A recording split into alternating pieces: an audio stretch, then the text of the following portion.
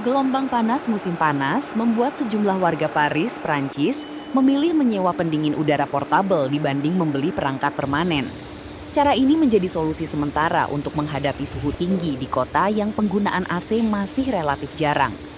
Pendiri Klimlock, Victor Miho, mengatakan ide penyewaan AC portabel muncul setelah pendingin udara di panti jompo milik neneknya mengalami kerusakan.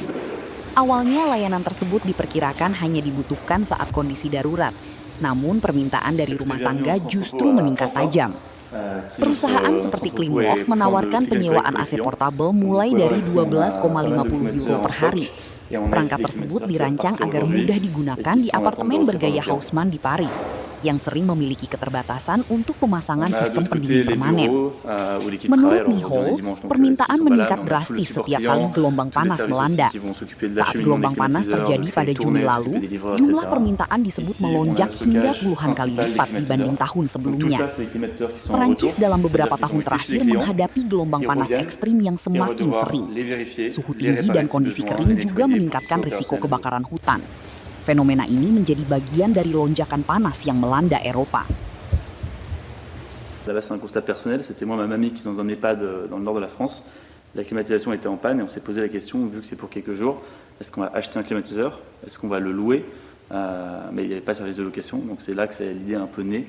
Et c'est là qu'on a commencé, mais on ne pensait pas que la demande serait autant domestique.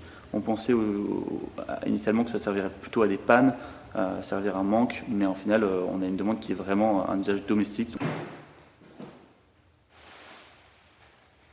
Dès qu'on a une vague de chaleur, nous, on va avoir la demande qui va augmenter, voire exploser. Ça a été le cas là avec la canicule de juin. On a vraiment eu des demandes qui étaient quasiment 50 fois celles de l'année dernière, donc vraiment énorme. Globalement, il y a quand même une tendance qui indique un réchauffement global à l'échelle planétaire. Donc, je pense que la demande va augmenter, mais il y a aussi d'autres choses à pondérer. Par exemple, les logements sont de mieux en mieux isolés, les gens s'équipent en climatiseurs fixes aussi. Donc, c'est une question qui demeure encore. On a vécu un peu la même chose aussi. En parallèle, on a eu des gens qui venaient ici à l'entrepôt la journée comme la nuit d'ailleurs pour demander des climatiseurs.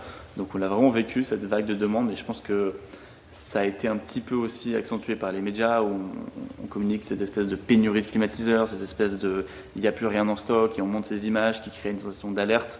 Alors qu'en réalité il y a encore des solutions qui existent comme par exemple nous, on avait encore du stock. Donc il faut peut-être aussi un peu pondérer les choses.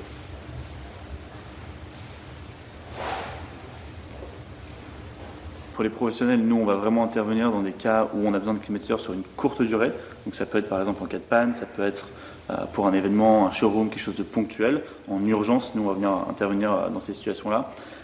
Pour les particuliers aussi, on a le cas par exemple des voyageurs. On peut prendre l'exemple d'un Américain qui vient à Paris, qui reste 2 jours dans un Airbnb. Il ne veut pas acheter un climatiseur, donc là, louer, ça devient beaucoup plus évident par exemple. C'est effectivement des produits qui sont moins chers. Après, il faut voir aussi sur la durée, parce que des climatiseurs mobiles qui coûtent 200 euros, en général, peut-être ça fait un été, 2 étés, mais après, est-ce que ça va durer dans le temps? Je ne suis pas sûr. Alors qu'on a des marques, par exemple allemandes, qui sont beaucoup mieux, qui sont beaucoup plus résistantes dans le temps. Jelajahi cara baru mendapatkan informasi. Download Metro TV Extend sekarang.